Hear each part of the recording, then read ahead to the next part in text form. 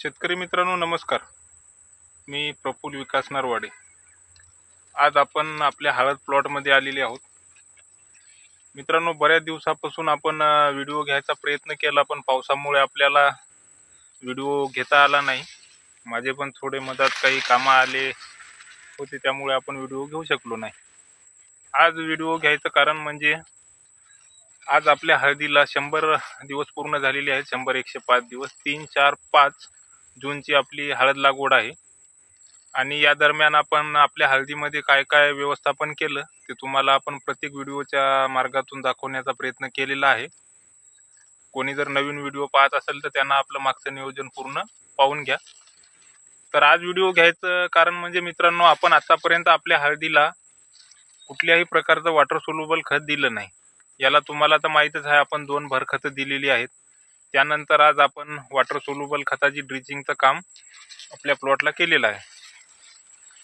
मित्रांनो, मी water soluble खताची drenching असं का म्हणत आहो, ड्रिपनं पण तुम्ही सोडू शकता, पण माझं वैयक्तिक मत आहे की मागच्या 10 ते 12 दिवसापासून कंटिन्यू सतत पाऊस असल्यामुळे आपली जमीन एवढी ओली आहे की प्रमाणाच्या बाहेर जमिनीमध्ये ओल आहे आणि तिला अजून पाणी पिण्याची क्षमता आपल्या जमिनीमध्ये आता सध्या तरी राहिलेली नाही.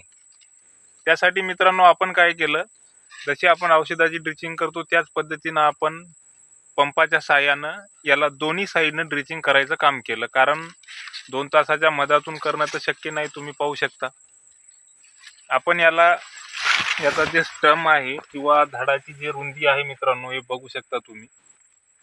आता आपला स्टम हे इथं आहे. आपण इथं जरी ड्रिचिंग केली एवढ्यात तरी आपल्याला कोणत्याही पद्धतीची अडचण आपल्याला सध्या तरी जाणार नाही. त्यामुळे आपण काय केलं मित्रांनो, या साईडला पण ड्रिचिंग केली आणि पलीकडल्या साईडला पण आपण ड्रिचिंगचं काम केलेलं आहे. म्हणजे एका बेडला आपण दोन्ही साईडनं ड्रिचिंग केली.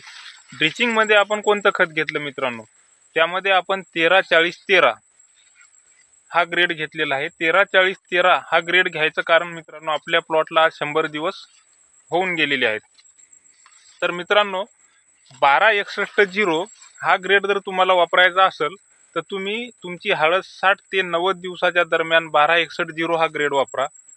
तुमच्या हळदीचं वय आज 90 ते 120 दिवसाच्या दरम्यान असेल तर तुम्ही 13-40-13 हा खताचा ग्रेड घ्या. 120 दिवसाच्या समोर असेल तर तुम्ही त्या पद्धतीनं पुढील व्यवस्थापन करू शकता. किंवा 13-0-45, 0-52-34 हे ग्रेड पण तुम्ही तुमच्या हळदीच्या नियोजनानुसार तुम्ही तुमच्या जमिनीच्या नियोजनानुसार टाकू शकता.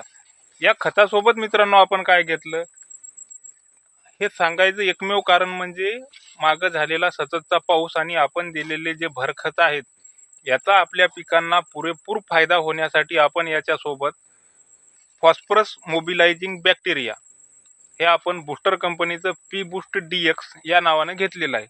मित्रांनो, फॉस्फरस मोबिलायझिंग बॅक्टेरिया टाकायचं कारण सतत झालेला पाऊस आणि या पावसामुळे आपल्या खताला जे जमिनीमधून जे NPK घटक जे आहेत त्यामधील महत्त्वाचा आपला फॉस्फरस घटक आता आपल्या पिकाला फार गरजेचा आहे.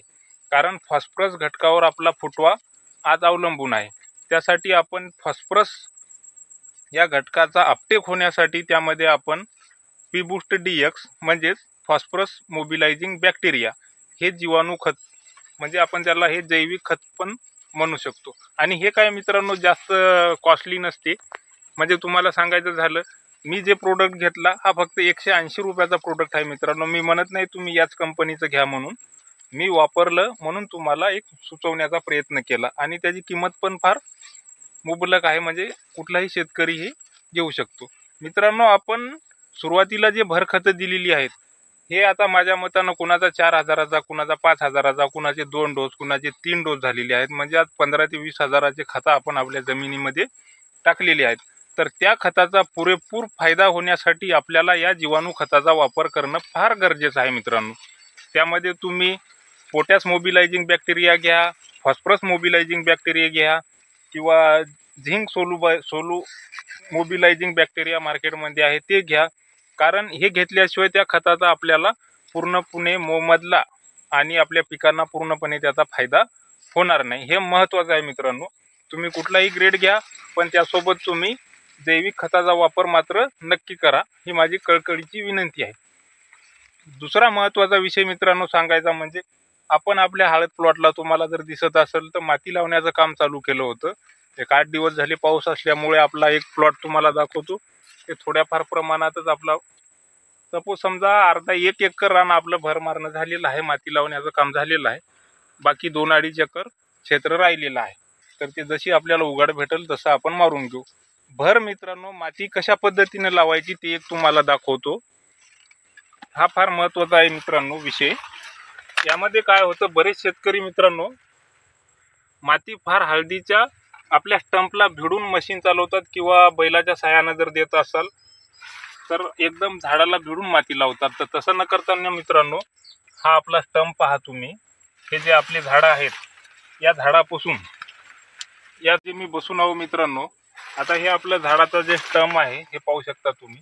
या स्टंपपासून ही पूर्ण नाली पाहू शकता आपली. हे बघा, हे एवढं जे अंतर आहे मित्रांनो, हे पहा, एक पूर्ण मित्रांनो 2 हितीपर्यंत म्हणजे 1 फुटापेक्षा जास्त आपला अंतर या आपल्या झाडाच्या स्टंप पासून पूर्ण तुमचा प्रॉपर बेड राहिला पाहिजे मित्रांनो. तुम्हाला एक दुसरा कॅमेरा लावून दाखवतो मी.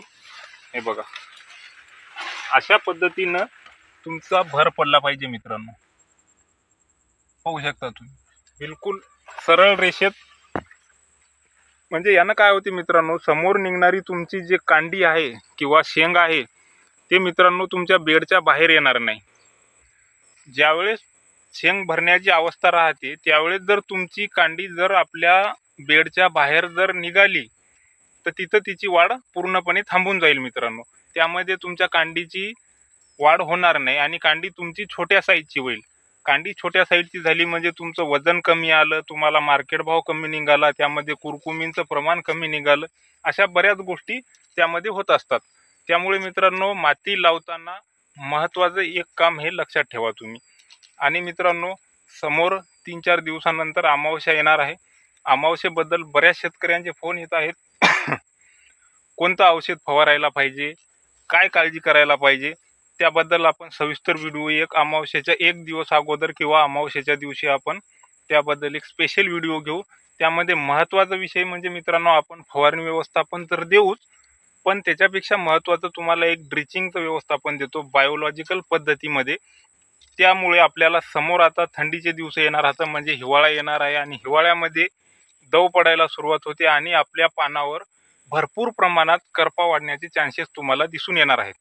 पण मित्रांनो आज आपल्या व्हिडिओमध्ये तुम्हाला जशी हळद दिसायली याच जागेवरून परत व्हिडिओ घेईल मी. हिवाळ्यामध्ये म्हणा 1 महिन्यानंतर म्हणा तुम्हाला याच कंडिशनची आपली हळद दिसेल आणि याचा फारसा जास्त खर्च पण होत नाही. तसं पाहिलं तर तसं तर आपण किती खर्च करायला तयार आहोत. पाहू शकता तुम्ही पूर्ण आपला प्लॉट जे आहे हा पूर्ण 3.5 एकरचा प्लॉट आहे मित्रांनो. एकदम चांगली ग्रीननेस आहे आणि याला काय आपण एक्स्ट्रा औषधी किंवा एक्स्ट्रा खतं किंवा एक्स्ट्रा खर्च असं काहीही केलं नाही. तुम्ही आपले पूर्ण व्हिडिओ पाहू शकता. जास्त मोठे नाही तर 5-7 मिनिटाचे व्हिडिओ आहेत, त्यामध्ये आपलं पूर्ण नियोजन आहे मित्रांनो. 1 वर्ष तुम्ही या व्हिडिओला फॉलो करा, पुढच्या वर्षी नक्कीच तुमचं उत्पन्न वाढेल, ही माझी गॅरंटी घेतो. धन्यवाद. काही तुमचे प्रश्न असतील, काही प्रतिक्रिया असतील तर आपल्या कमेंट बॉक्समध्ये नक्की कळवा. धन्यवाद मित्रांनो.